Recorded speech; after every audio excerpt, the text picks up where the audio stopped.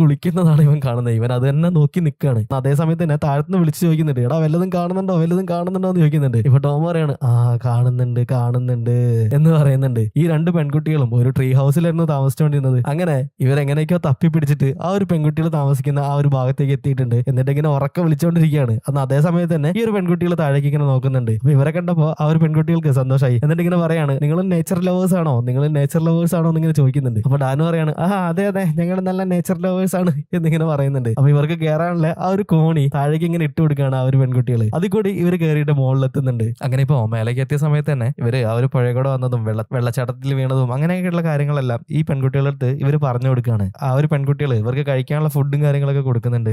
എന്നിട്ട് അതുപോലെ തന്നെ എല്ലാവരോടും ഡ്രസ്സ് അയച്ചിടാൻ വേണ്ടി പറയാണ്. എല്ലാവരും ഡ്രസ്സ് ഭയങ്കര ഡേർട്ടി ആയിട്ടുണ്ടല്ലോ, അപ്പൊ ഒന്ന് അയച്ചിട്ടേക്കെന്ന് പറയാണ്. ഇത് കേട്ടപ്പോ തന്നെ നമ്മുടെ ടോം ഭയങ്കര ആവേശത്തോടെ ഡ്രസ്സെല്ലാം വലിച്ചു കുറച്ച് അയച്ചു കളയാണ്. ഈ രണ്ട് പെൺപിള്ളേരും അവനെ തന്നെ നോക്കിയിട്ട്